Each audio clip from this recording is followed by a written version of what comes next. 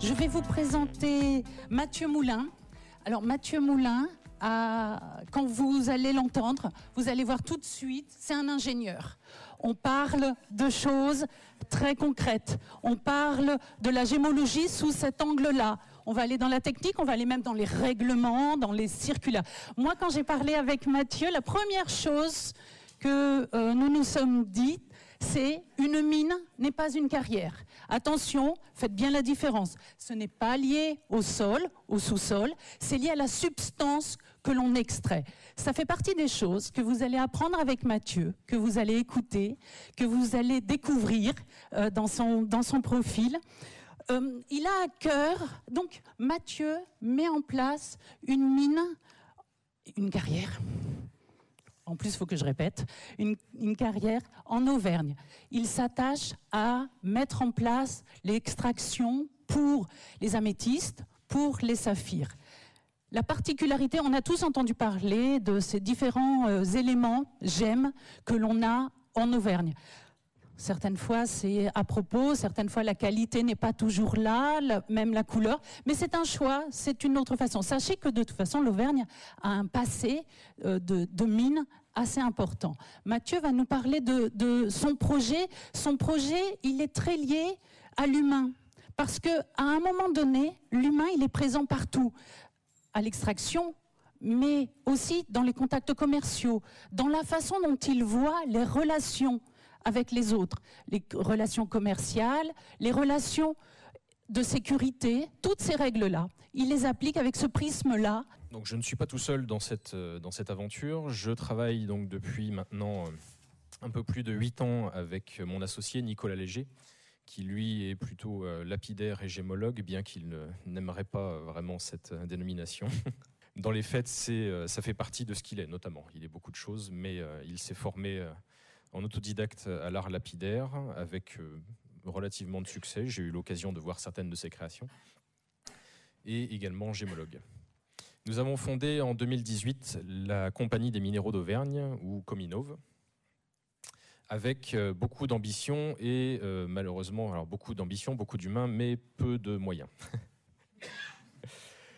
Beaucoup d'ambition, pourquoi ? Eh bien parce que refaire de l'extraction française de minéraux, ça demande énormément d'énergie, ça demande bien entendu forcément aussi énormément de moyens.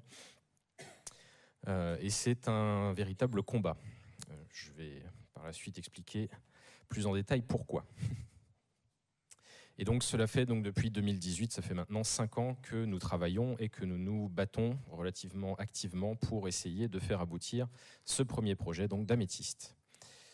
Peut-être que certains et certaines d'entre vous ne sauront pas ou n'auront pas l'information qu'il existe de l'améthyste exploitable en Auvergne, puisque c'est quelque chose qui a été connu depuis plusieurs siècles, mais qui est plus ou moins tombé dans l'oubli. Donc je vais commencer par un petit rappel historique.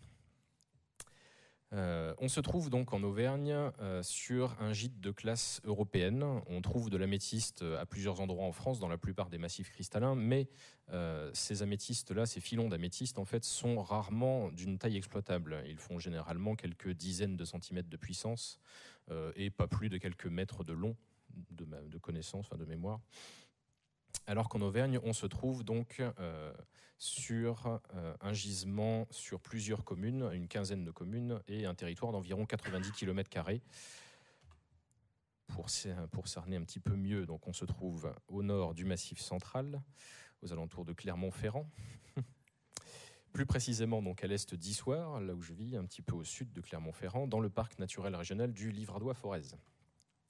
Et à cet endroit-là, on a donc cartographié depuis déjà un certain temps tout un ensemble de filons dont certains ont déjà fait l'objet d'exploitation depuis plusieurs siècles.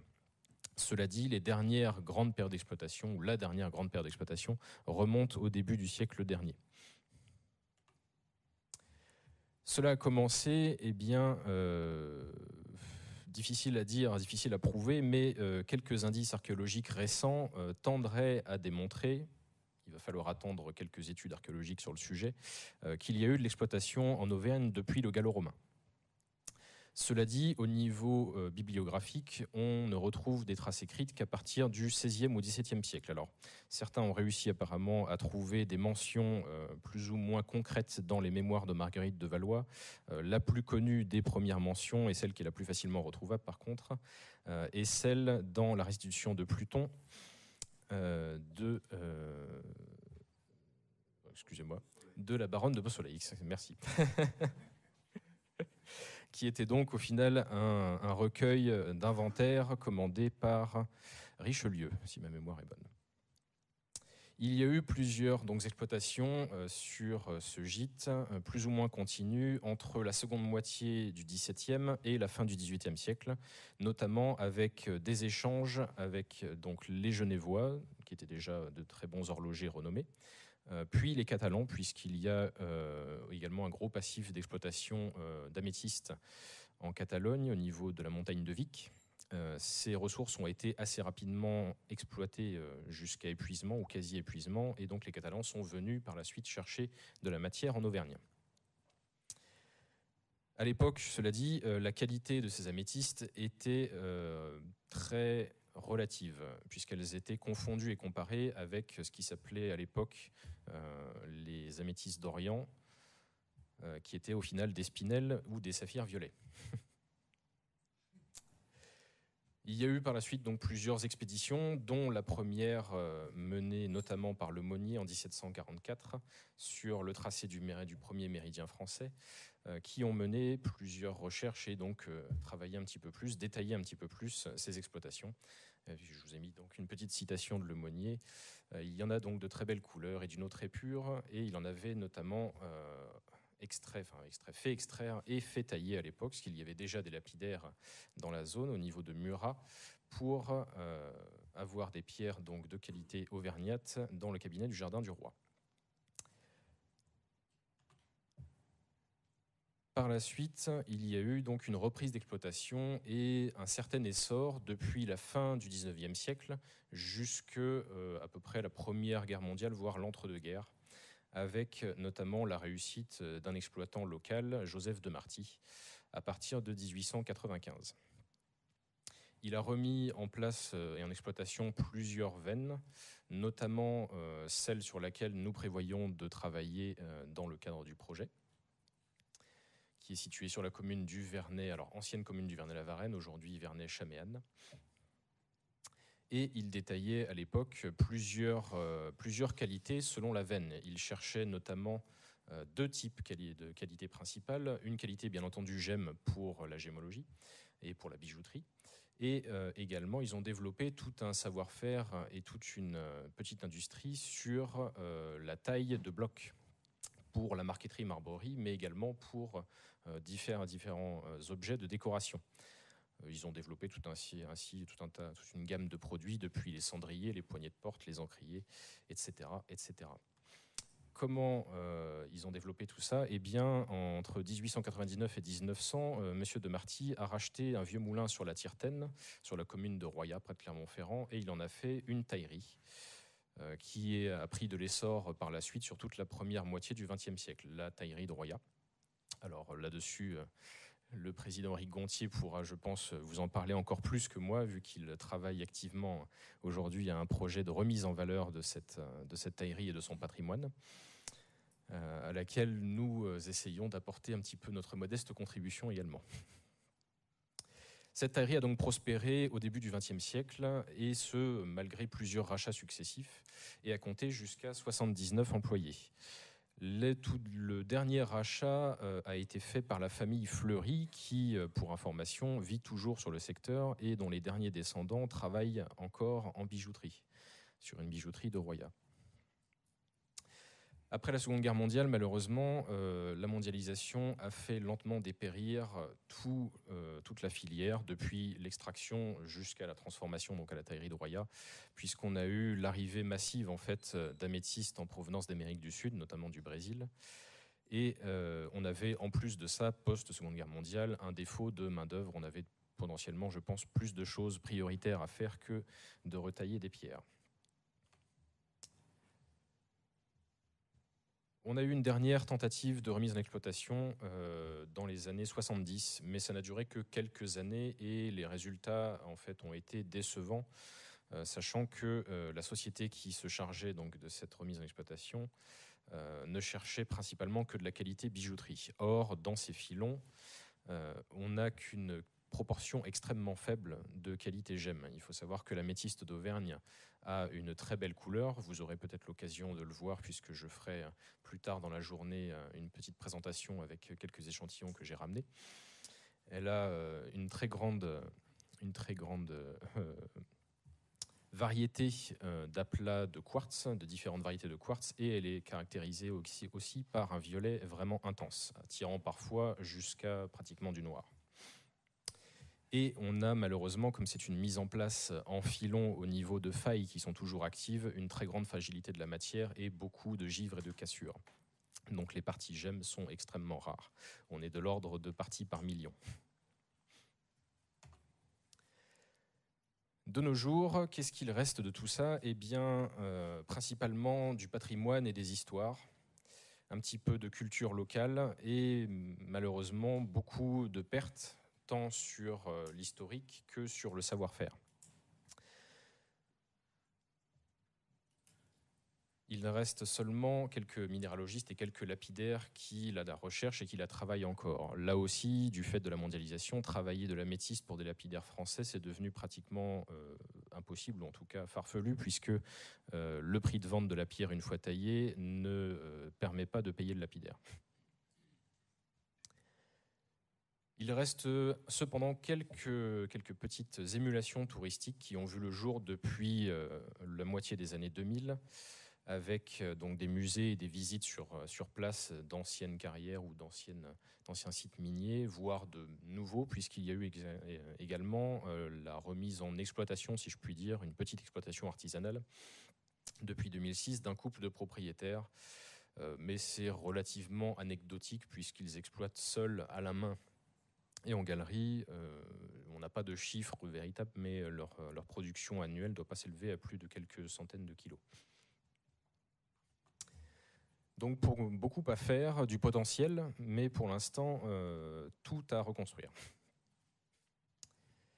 Qu'en est-il des pratiques? Puisque pour pouvoir retravailler et réexploiter en France, il va falloir également changer pas mal de choses. On va être face à un marché international, je pense que je n'apprends rien à personne en parlant de cela. On est face à un marché international, on est face aujourd'hui à de la main-d'œuvre utilisée dans des pays où elle est extrêmement peu chère. Les pierres sont extraites à un endroit, envoyées à l'autre bout du monde pour être taillées, revenues derrière à un troisième endroit, si bien qu'elles font parfois plus d'une fois le tour de la Terre, entre le moment où elles ont été extraites et le moment où vous les avez en main. On a aussi derrière des problématiques liées aux intermédiaires. On se trouve donc sur un marché mondial gris, avec certaines fois beaucoup de pratiques limites, on va dire, en termes de légalité, sans parler véritablement d'éthique, mais bon, la légalité, c'est aussi une partie de l'éthique. Des pratiques donc extractives, comme je le disais, assez diverses, des canaux de distribution complexes, des procédés de traitement, puisque oui, on a aussi dans la concurrence toutes les parties qui sont au niveau soit traitement d'amélioration, soit améthyste ou minéraux de synthèse, voire imitation, des verres teintés par exemple, dont on parlait notamment hier avec Eric. Et finalement, une filière avec très peu de traçabilité qui finit par noyer le poisson au niveau des boutiques, que ce soit des petits joailliers ou même plus largement aujourd'hui, je pense, des grandes maisons ou des boutiques plus populaires, puisque les bijoux sont devenus aussi partie de la mode et la consommation a changé pas mal par rapport à ça. Il devient très difficile aujourd'hui d'avoir une véritable traçabilité, d'avoir ne serait-ce qu'une origine parfois de la pierre qui se présente sur le bijou que vous achetez. D'un autre côté, par contre, au niveau de la demande, on a une évolution qui, à mon humble avis, ne suit pas pour l'instant, en tout cas, et bien en avance par rapport à l'offre, puisqu'on a une demande qui, bien qu'elle soit sensible donc aux besoins d'estime et d'accomplissement, aux effets de mode, etc., on a l'apparition de demandes justement de pierres éthiques. La fameuse pierre éthique, peut-être que d'autres parmi vous ont déjà eu, s'il y a eu des exploitants, d'autres exploitants dans la salle ont déjà eu des demandes de ce type. Nous-mêmes, en n'étant pas encore exploitants officiels, en ayant juste un projet et une entreprise, nous avons déjà eu ce genre de demande, en fait, des gens qui nous appellent, des potentiels futurs clients. Est-ce que vous êtes capable de faire de la pierre éthique ? Oui, mais qu'entendez-vous exactement par là ? C'est une très bonne question. Qu'est-ce que la pierre éthique ? Des idées ? On a la journée. Qu'est-ce que la pierre éthique ? En vérité, est-ce que la pierre en elle-même peut vraiment être qualifiée d'éthique ? La pierre, c'est la pierre. Alors, c'est la matière première sur laquelle on va exercer notre travail, notre savoir-faire, et derrière qui va finir par être vendu. Mais la pierre en soi-même n'est pas véritablement éthique. Ce qui va faire l'éthique, ça va être au contraire le travail humain derrière. C'est tous les choix, tous les codes que l'on va choisir ou non d'appliquer ou de respecter qui vont faire finalement l'éthique par rapport à cela. Donc une pierre éthique, est-ce que c'est simplement une pierre extraite dans une mine ou une carrière officielle ? Est-ce que c'est derrière aussi une extraction avec une entreprise qui a un certain code moral, qui a peut-être un petit peu plus de protection ou de sécurité pour ses employés, qui fait attention potentiellement aussi aux impacts environnementaux ? Est-ce que c'est derrière quelque chose, une pierre qui va participer ou pas justement en fait au niveau de la filière, va passer entre les mains ou alimenter des trafics ou pas justement ? Est-ce que ça va être une pierre où on va pouvoir avoir des garanties de répartition sur le prix de vente final ? Est-ce que ça va être une pierre aussi où on va chercher à réduire le plus possible le temps, les trajets parcourus au niveau de la filière ? Est-ce qu'on va chercher à avoir une pierre qui va être extraite le plus près possible de là où on se trouve ? Est-ce que ça va être enfin, pourquoi pas, une pierre qui va disposer d'une ou plusieurs certifications, d'un ou plusieurs labels ? Tout ça, ça va faire partie, je pense, des différents, ça va être repris, je pense, par les autres intervenants, mais ce sont des questions que l'on s'est posées, tant Nicolas que moi, sur ce projet, en tout cas. Quel est le véritable besoin derrière cette demande et quelle réponse y apporter ? Puisqu'on peut tout simplement choisir de dire, eh bien oui, je suis capable de vous faire de la pierre éthique, je vous fais un joli papier, je marque pierre éthique, je mets un cachet, il n'y a pas de problème, voilà, c'est vendu pierre éthique. Ou sinon, on peut justement creuser un petit peu le sujet et aller plus loin, chercher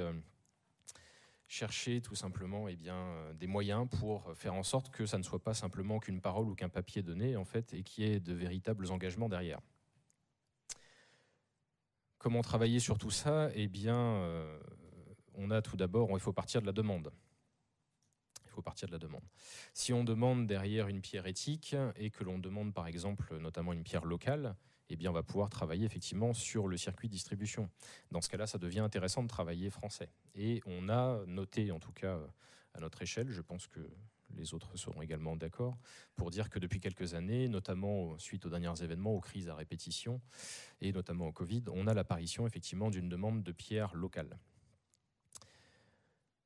À plusieurs échelons, à l'échelon national, international, et également pour la métiste, en l'occurrence à l'échelon régional, lié à justement ce patrimoine et ce tourisme dont je vous parlais un petit peu avant.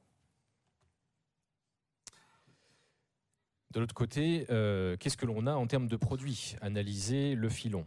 Le filon, alors sur ce qui avait été fait sur les anciennes exploitations, comme je le mentionnais un petit peu avant, on avait des qualités qui étaient sorties pour la gemme et des qualités qu'ils appelaient donc de pierre massive ou de pierre dure en fait pour tailler dans la masse.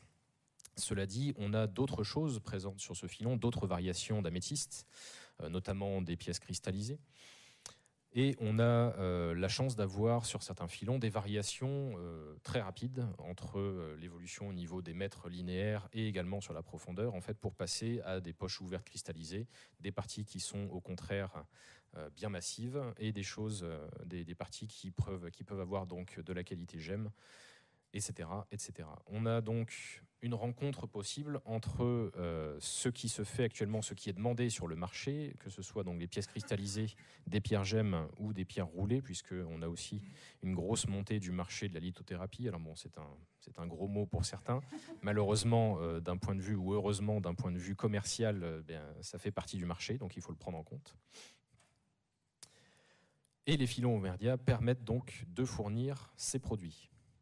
On a travaillé donc sur les produits possibles. On s'est aventuré très largement pour pouvoir, à l'encontre de ce qui se faisait auparavant, travailler non pas 25 à 30% des filons et avoir 70% de stériles, mais travailler sur 100% de la matière.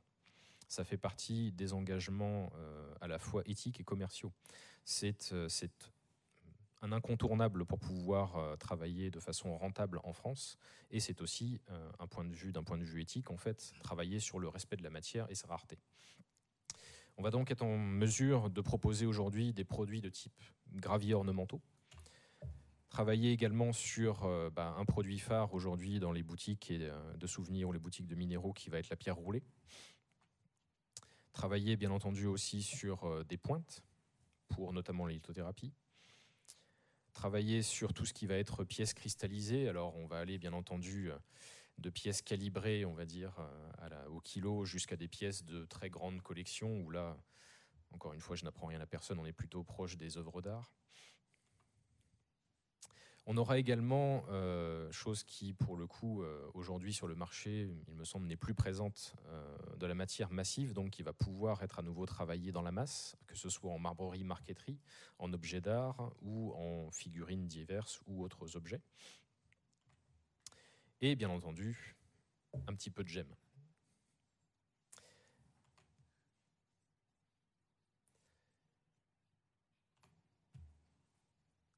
Comment se diriger donc vers plus d'éthique? Eh bien, ça a été un long chemin de réflexion, encore une fois. On a cherché à travailler vraiment sur tous les axes possibles. Ça a commencé d'un point de vue technique. Il nous a fallu allier à la fois nos considérations environnementales, nos considérations éthiques et tout simplement le côté terre-à-terre, la pragmaticité et la recherche de rentabilité également.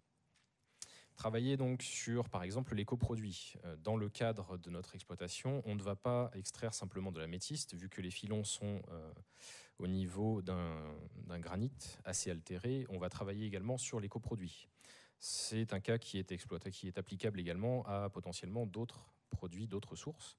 À travers le monde, on sait qu'il y a de nombreuses mines et carrières en fait, qui existent dans d'autres pays, notamment par exemple on peut citer le Maroc, qui a des exploitations de cuivre dans lesquelles on a des minéraux cristallisés qui aujourd'hui ne sont pas en fait extraits ou simplement de façon anecdotique par des amateurs, alors que l'exploitation réelle existe en fait. Mais la plupart du temps, lorsque l'on a une exploitation industrielle ou semi-industrielle, en fait, toutes ces parties de qualité haute, qui sont au final relativement anecdotiques sur la quantité extraite, sont ignorées.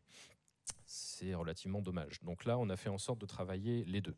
On recherchait à la base l'améthyste, mais on va également valoriser le matériau autour pour en faire un produit de BTP. Aller au-delà des minimums légaux en matière d'environnement, sécurité et salaire des employés. Alors là-dessus, ça s'applique bien entendu aussi à toutes les exploitations. Dans notre cas précis, on est déjà sur un standard assez haut en termes de sécurité, de règlements environnementaux. En France, on a quand même de bonnes couvertures par rapport à ça, mais on peut toujours faire mieux. Donc, travailler en matière d'environnement, bien entendu, on s'est entouré de cabinets et d'experts là-dessus pour essayer de minimiser encore nos impacts. Je détaillerai un petit peu plus loin comment. Travailler sur évidemment donc, la sécurité, ça a passé notamment par le choix d'un travail entre carrière à ciel ouvert ou carrière souterraine. Et travailler sur le salaire des employés, bien entendu, essayer d'avoir des employés qui ont à la fois un travail intéressant et qui soient rémunérés à sa juste valeur. Moderniser les techniques énormément, puisque les dernières exploitations, fin 19e, début 20e, on était encore tout à la main, y compris au niveau du pompage. Au niveau du filon, nous avons d'importantes arrivées d'eau, notamment. Il a fallu donc trouver derrière également des débouchés, des utilisations pour ça. moderniser les techniques d'extraction. Là-dessus, on a essayé de travailler sur ces points-là. Malheureusement, pour extraire de l'améthyste en filon, il n'y a pas 36 façons, sachant que la matière, encore une fois, est très fragile. Donc on va rester, malgré tout, sur de l'exploitation relativement artisanale à la main.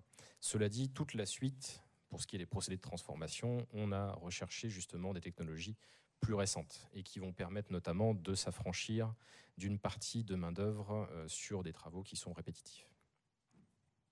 Et maximiser les retombées locales. Ça va passer notamment par le choix de fournisseurs, travailler toujours sur essayer d'avoir une retombée le plus proche possible de nous, donc que ce soit des fournisseurs pour des produits consommables, pour des études, des expertises, etc. On a essayé depuis le départ de travailler avec des gens de la région Auvergne. Sur la traçabilité, il y a beaucoup à faire. Il ne me semble pas aujourd'hui que nous disposions d'un label de pierre, sur de la pierre véritablement, tant sur de la qualité que sur des normes environnementales. Ça fait partie des choses sur lesquelles nous souhaitons également travailler. Alors ça ne sera pas tout de suite, on doit d'abord avoir véritablement de l'exploitation, mais on serait en tout cas très intéressé pour développer justement une certification. Pourquoi pas d'ailleurs travailler également sur un label type IGP.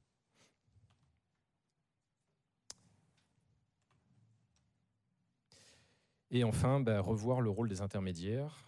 En l'occurrence, pour être rentable sur une exploitation française, notamment d'améthyste, ça va passer notamment par la taille, la transformation. On ne peut pas simplement se permettre de travailler ou de vendre, de commercialiser en fait du produit brut. Il va falloir également le transformer sur place, tant qu'à faire, pour en retirer suffisamment de plus-value pour être rentable comparativement à d'autres exploitations à travers le monde.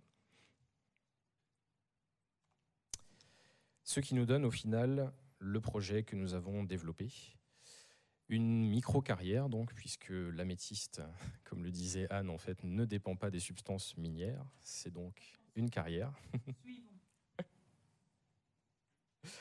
Une micro-carrière, donc un site de moins de 3 hectares, donc assez petit déjà au niveau des impacts, assez isolé au niveau de l'environnement humain et avec peu de fenêtres paysagères. Les premières habitations sont à plus de 450 mètres. L'exploitation, au final, assez faiblement mécanisée. On va utiliser, en tout cas pour la partie la plus polluante au sens des poussières, c'est-à-dire l'extraction à proprement parler, des campagnes mécanisées qui ne vont durer qu'1 mois et demi par an. Le reste du temps, ça sera de l'exploitation à la main. Une valorisation maximale des matériaux, une politique qu'on pourrait appeler de 0 déchet. Donc, comme j'en parlais au niveau des coproduits, tout ce qui va être extrait, ou quasiment tout ce qui va être extrait, va être derrière transformé et commercialisé. 100% de la matière améthyste et 90% environ de l'encaissant granitique, puisqu'on a une dizaine de pourcentages d'argile dans cette matière qui, elle, sera un déchet ultime.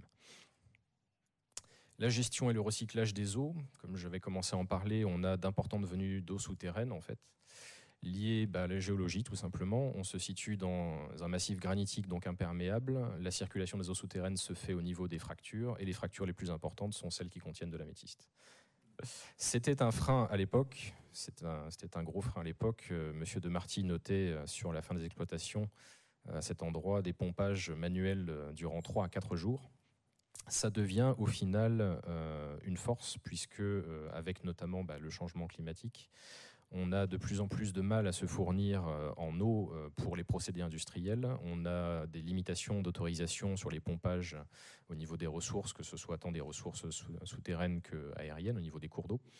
Donc avoir à disposition justement une source d'eau utilisable qui n'est pas justement pour l'instant une eau potable ni qui n'a aucune prise, en fait, aucune incidence sur l'humain, c'est aujourd'hui une force. Travailler sur la meilleure efficience environnementale également au niveau des machines. Là-dessus, travailler simplement sur avoir des machines qui soient le plus possible fixes avec un raccordement électrique, sachant qu'on dispose d'un mix énergétique qui est relativement bas carbone aujourd'hui en France et qu'on cherche encore à l'améliorer. Et accorder donc une priorité aux fournisseurs locaux.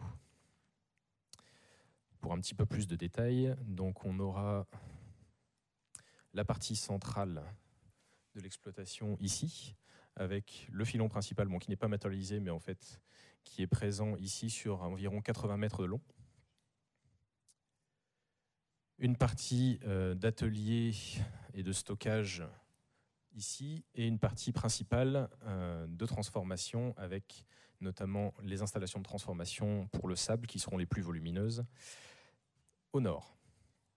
Au niveau des compensations, comme vous pouvez un peu le voir sur cette carte, on a prévu donc des limitations donc, au niveau de la période de travaux, une réduction des émissions de poussière via différents dispositifs, notamment d'aspersion, le maintien de certaines zones refuges pour la biodiversité, des zones attractives pour un papillon, pour le coup qui s'est révélé être en fait une espèce patrimoniale locale. D'accord.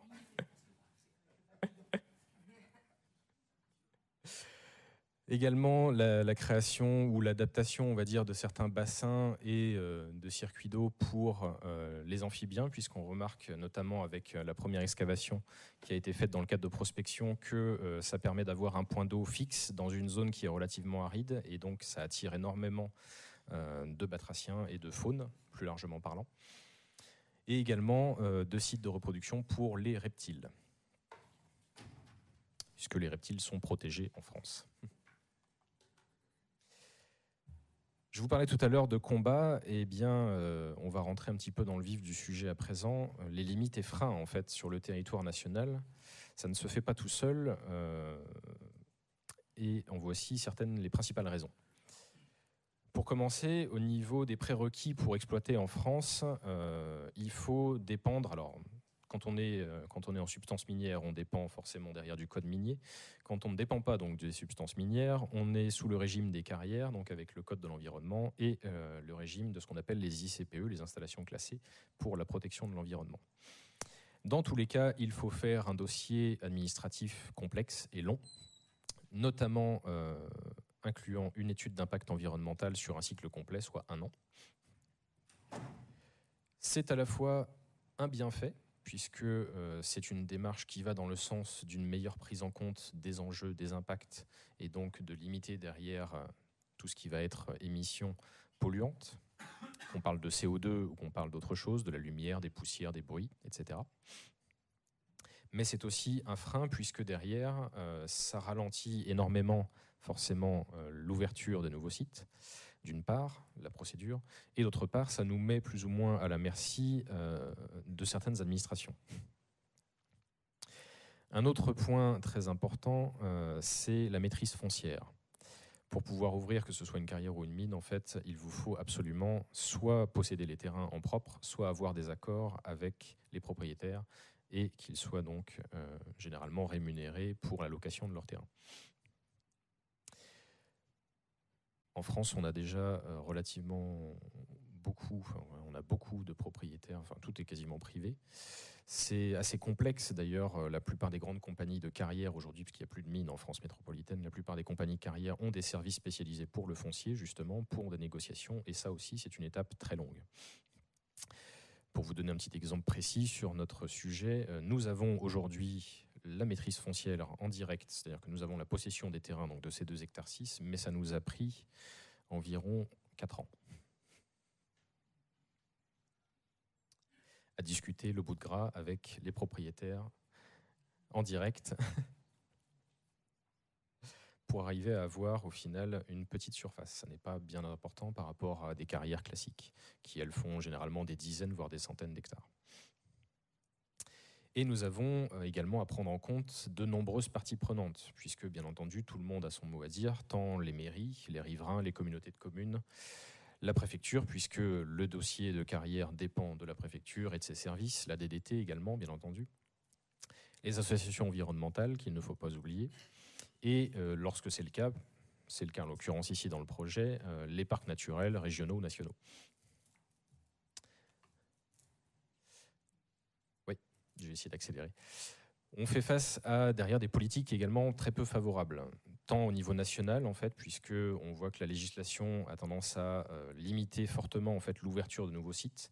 On préfère prolonger l'existant ou fermer tout simplement que d'essayer d'ouvrir de nouveaux sites.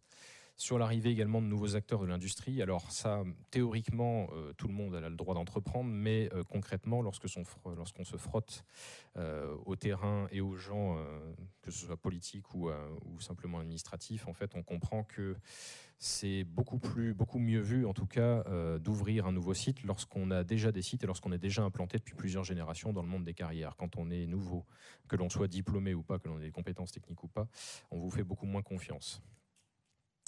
Et sur les budgets de services en charge des études de dossiers, ce qui donne derrière un nombre réduit d'inspecteurs en charge de ces dossiers, ce qui ralentit les procédures, et d'autre part, ce qui également les oblige à faire de l'expéditif.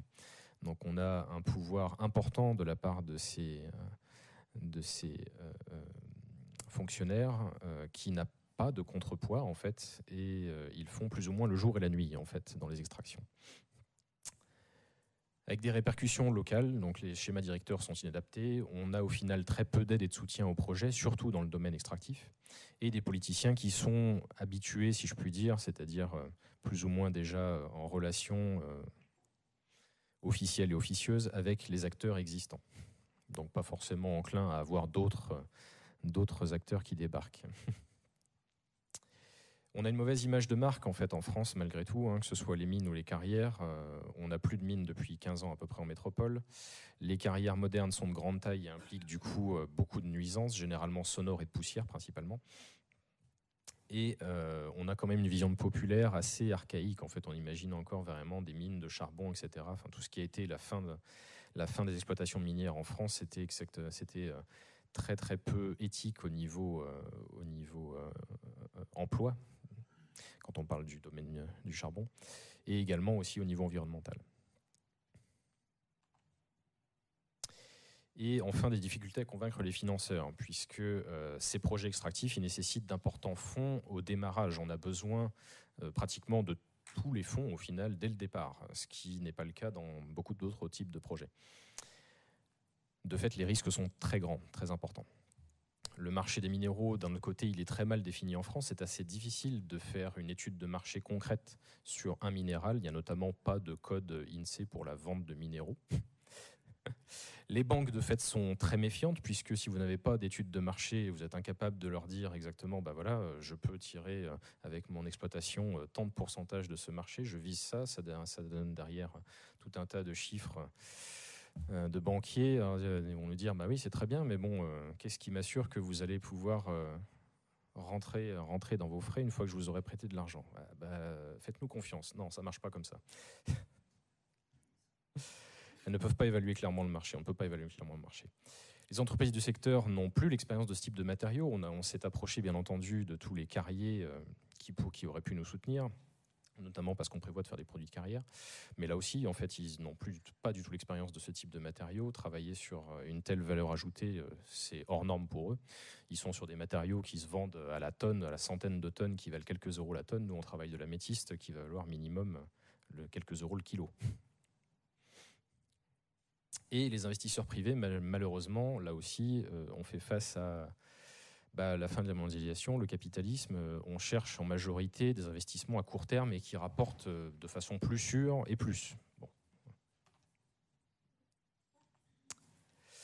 Sur la métisse d'Auvergne, donc pour conclure, la remise en exploitation, elle est possible. Elle est possible, qu'on parle à la fois en termes de rentabilité, de légalité de l'exploitation, de méthode, de procédés éthiques le plus possible.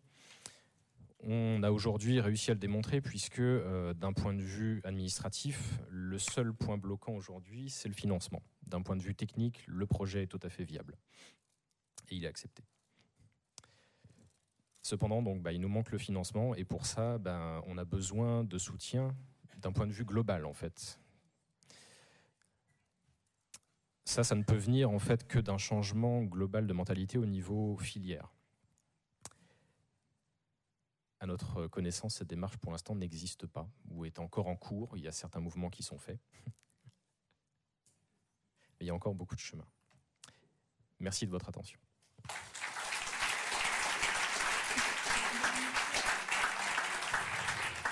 Merci Mathieu. Garde le micro. Est-ce que vous avez des questions ? Question.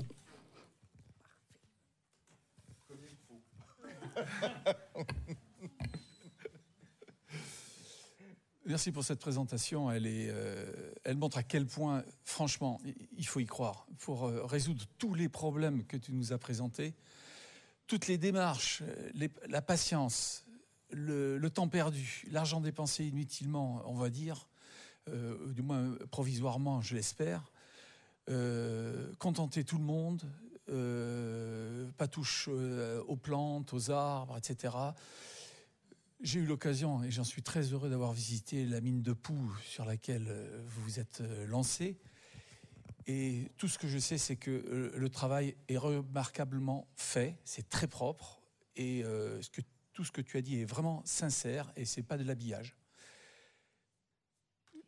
J'espère qu'en 2024, dans le cadre du GEM Explore de l'AFG, vous aurez l'occasion d'accueillir l'AFG sur ton terrain, et que nous permettra de visiter la partie hercynienne où se trouvent ces améthystes. J'en profiterai aussi pour faire visiter peut-être le futur Institut national des arts lapidaires qui s'appelle encore aujourd'hui la Taillerie de Roya. Donc si tu veux bien, on en reparlera et on serait ravis de pouvoir te rendre une petite visite. Voilà. Donc si vous voulez vous renseigner, renseignez-vous auprès de l'AFG. Donc ma question est, combien de temps allez-vous encore vous lancer dans cette aventure qui apparemment n'a pas de fin? C'est une grande question. C'est une grande question. Aujourd'hui, on a poussé le projet, on a porté le projet vraiment à bout de bras, je pense un petit peu au plus que l'on a pu. Aujourd'hui, malheureusement, comme je le disais, tout ce qui nous manque, c'est du financement et c'est plus ou moins ce qui est le plus dur à trouver.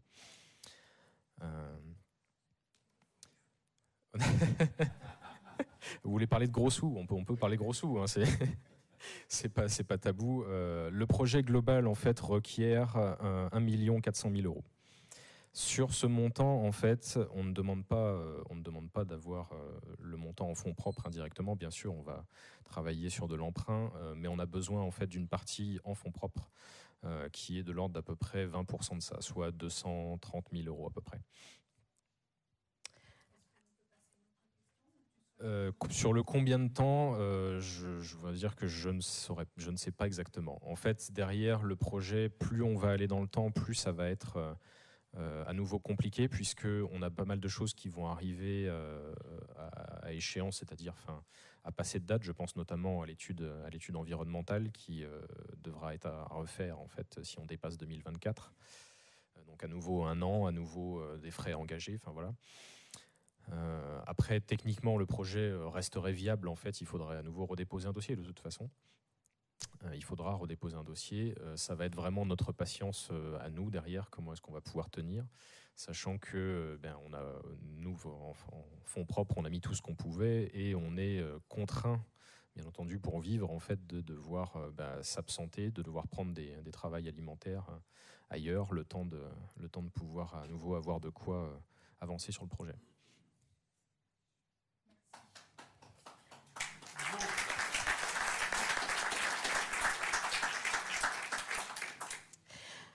Bonjour et merci pour votre présentation. Donc, il y a quand même deux grandes choses qui ressortent, je trouve, c'est que l'éthique a quand même un gros aspect qui soit politisé par tout justement les règles qui sont culturelles et l'aspect financier. Mais ce que je me demande, moi, c'est au niveau de l'éthique pour l'exploitation, est-ce qu'on doit conserver certaines mines telles quelles pour montrer à la descendance, c'est quelque chose qui serait plus notre héritage, parce que ça a mis quand même du temps à pousser, donc exploiter pour exploiter. Et c'est ça, moi, ma question. Outre le financier, outre répondre à la demande écologique, à l'idéologie d'aujourd'hui, est-ce que ce ne serait pas notre responsabilité dans l'éthique de ne pas surexploiter pour que nos futures générations puissent voir à quoi ressemble un gisement et la protection de nos terres? Moi, c'est plutôt ce côté-là qui me... C'est l'éthique pour l'avenir, la descendance préservée, pas en dehors du commerce. Je pense que je comprends assez votre question. Et effectivement, quand on reste sur le fond, de toute façon, de l'extraction, enfin, quel que soit ce que l'on extrait, tout ce qui va être extrait du sous-sol, ça ne peut pas être une pratique durable. Toutes les roches qui sont formées, qui ont été formées, en fait, sur lesquelles on marche quotidiennement, en fait, ne se renouvellent pas du tout à échelle humaine. Donc, on ne peut pas travailler on ne peut pas appliquer véritablement un quelconque label durable, en fait, sur une exploitation. Ça serait mentir. Ça serait mentir. Une exploitation par essence n'est pas durable. Par contre, on peut effectivement faire de la gestion de la ressource. Alors après, sur une réponse globale, effectivement, à une grande échelle, je serais peut-être pas le mieux placé pour répondre. Ce que je peux vous dire sur le gîte d'améthyste d'Auvergne, pour le coup, c'est que la quantité qui est présente est encore extrêmement importante. Extrêmement importante, à tel point qu'on ne peut pas véritablement la quantifier. On parle de filons, alors je suis pas du tout rentré dans le détail de la mise en place, etc., du contexte géologique, mais pour vous faire court, en fait, on est sur des failles qui sont pratiquement verticales, qui peuvent faire plusieurs centaines de mètres de profondeur et qui ont, au niveau des caisses filoniennes, en fait, plusieurs kilomètres de long et plusieurs dizaines de mètres de large, à l'intérieur desquels on trouve justement des filons qui peuvent aller jusqu'à parfois plusieurs mètres de large également. La continuité en profondeur, nous l'avons fait suivre, nous, par des analyses sur la faille en elle-même, sur 40 mètres déjà. Sachant que là, sur la première exploitation que l'on souhaite lancer, on a une durée d'exploitation de 15 ans et on prévoit de descendre de 23 mètres.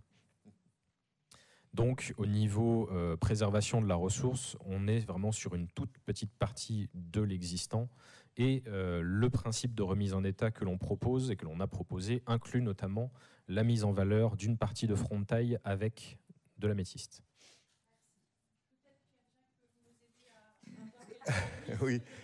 Alors, il existe en France un programme de conservation du patrimoine géologique au niveau du MEDAT, donc je ne sais plus comment il s'appelle, le ministère de l'écologie et du développement durable.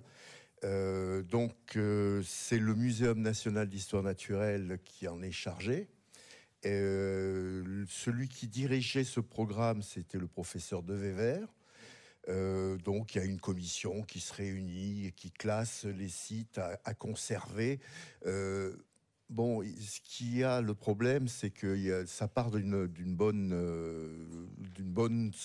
intention, d'un bon sentiment, mais comme toujours, il n'y a pas les moyens pour protéger ce qu'on voudrait conserver pour les générations futures.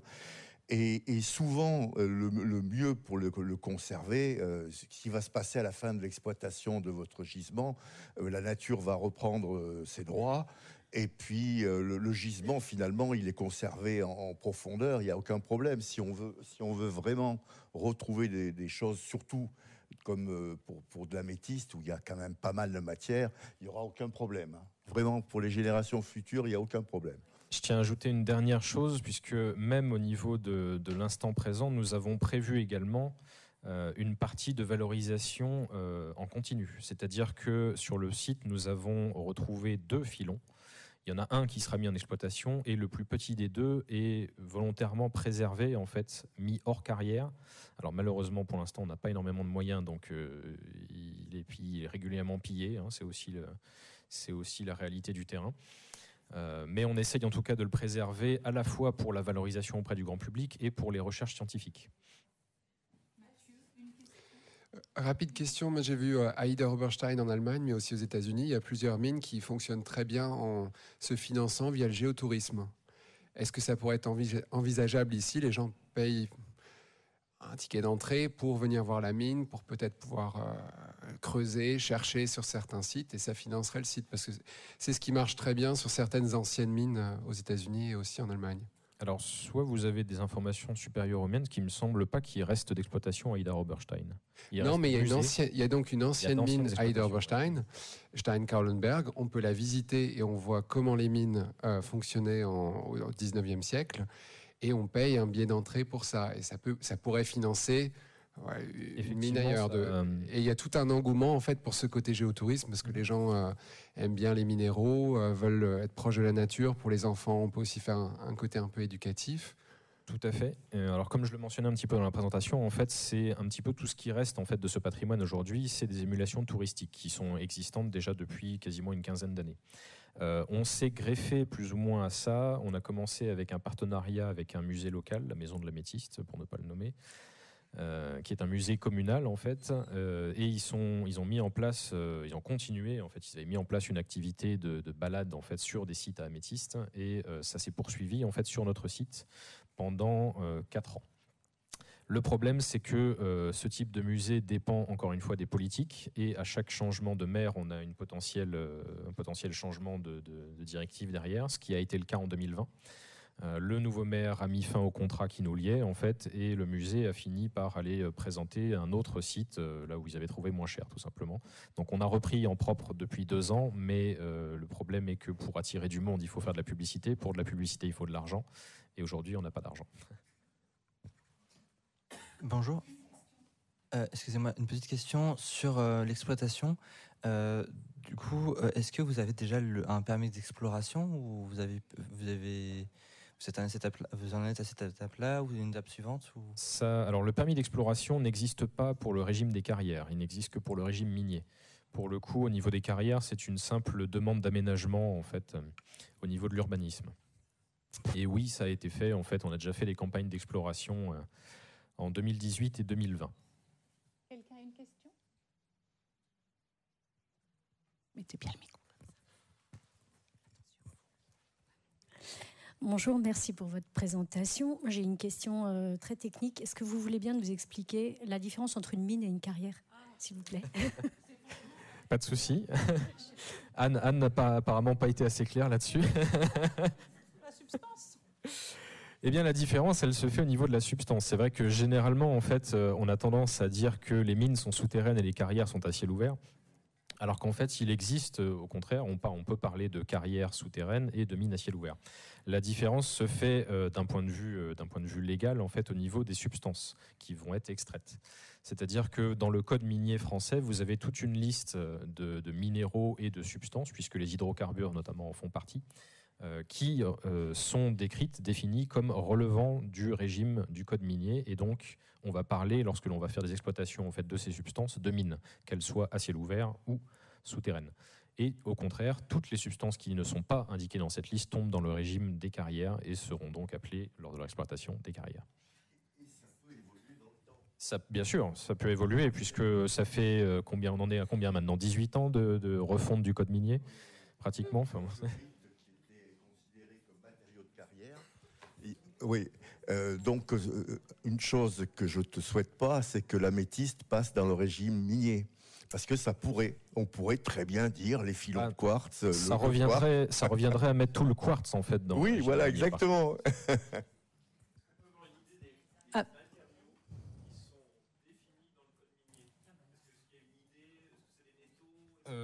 Oui, effectivement, c'est relativement. Ça a été classé, on va dire, par intérêt stratégique notamment. On va trouver principalement, effectivement, les hydrocarbures. On va trouver les substances utilisées dans l'industrie. On va trouver les métaux. Globalement, voilà, ça va être les 3 principales catégories. Mathieu, monsieur voudrait reprendre la main. Oui. L'esprit de la loi, c'est pour les mines, c'est de gérer ce qu'on appelle les matériaux concessibles, donc qui vont passer par concession. Le principe de concession, c'est de ne pas empêcher que la récolte de produits qui sont importants pour l'industrie, pour le bien général, ne soit pas freinée par des intérêts particuliers, par le propriétaire du terrain. Et donc c'est là aussi où se pose la question, est-ce que le propriétaire du terrain doit empêcher l'exploitation de choses qui font partie, qui enrichissent le bien public. C'est vrai dans la loi de concession, mais est-ce que ça ne peut pas être étendu justement aux travaux que vous faites, parce que ça profite à tout le monde d'une certaine façon.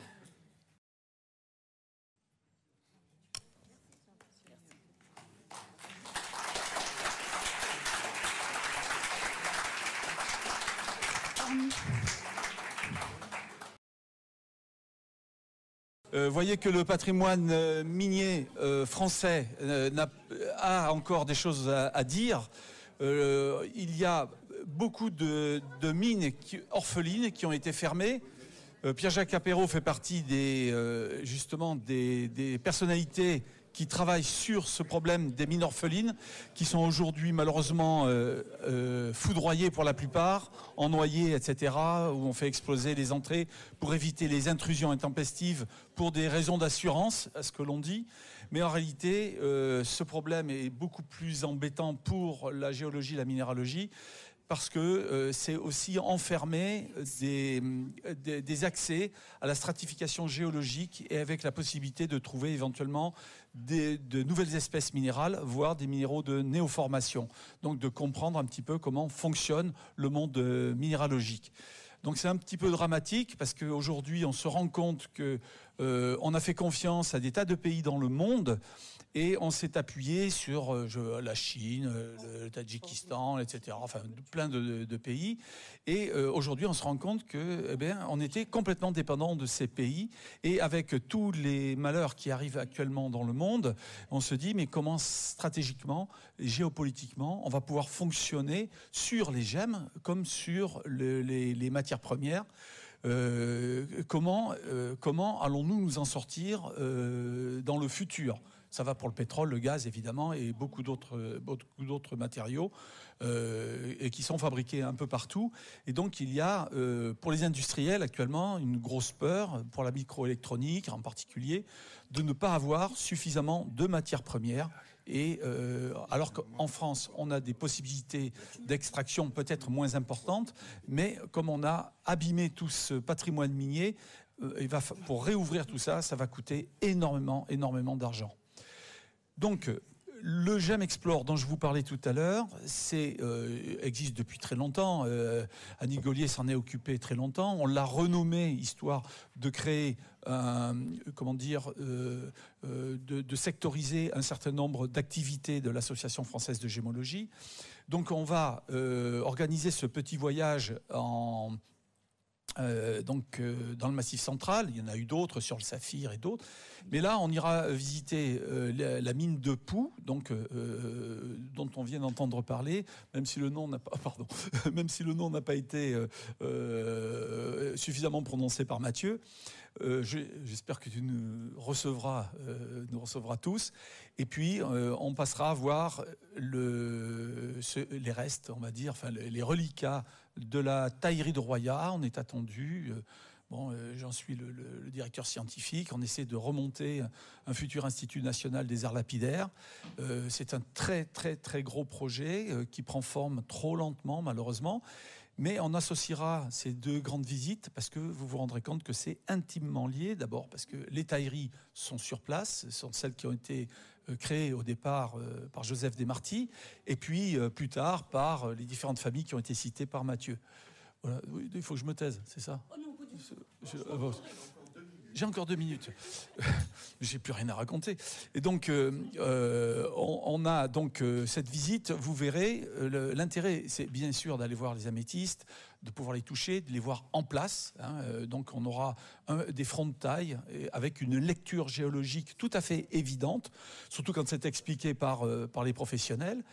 Et puis, vous verrez un peu comment a fonctionné le système que Joseph Desmarty avait mis en place en 1899 et qui avait permis donc de développer pas mal d'artisanat, facetage, cabochonnage, sciage de plaques, etc. et vente de brut, bien évidemment.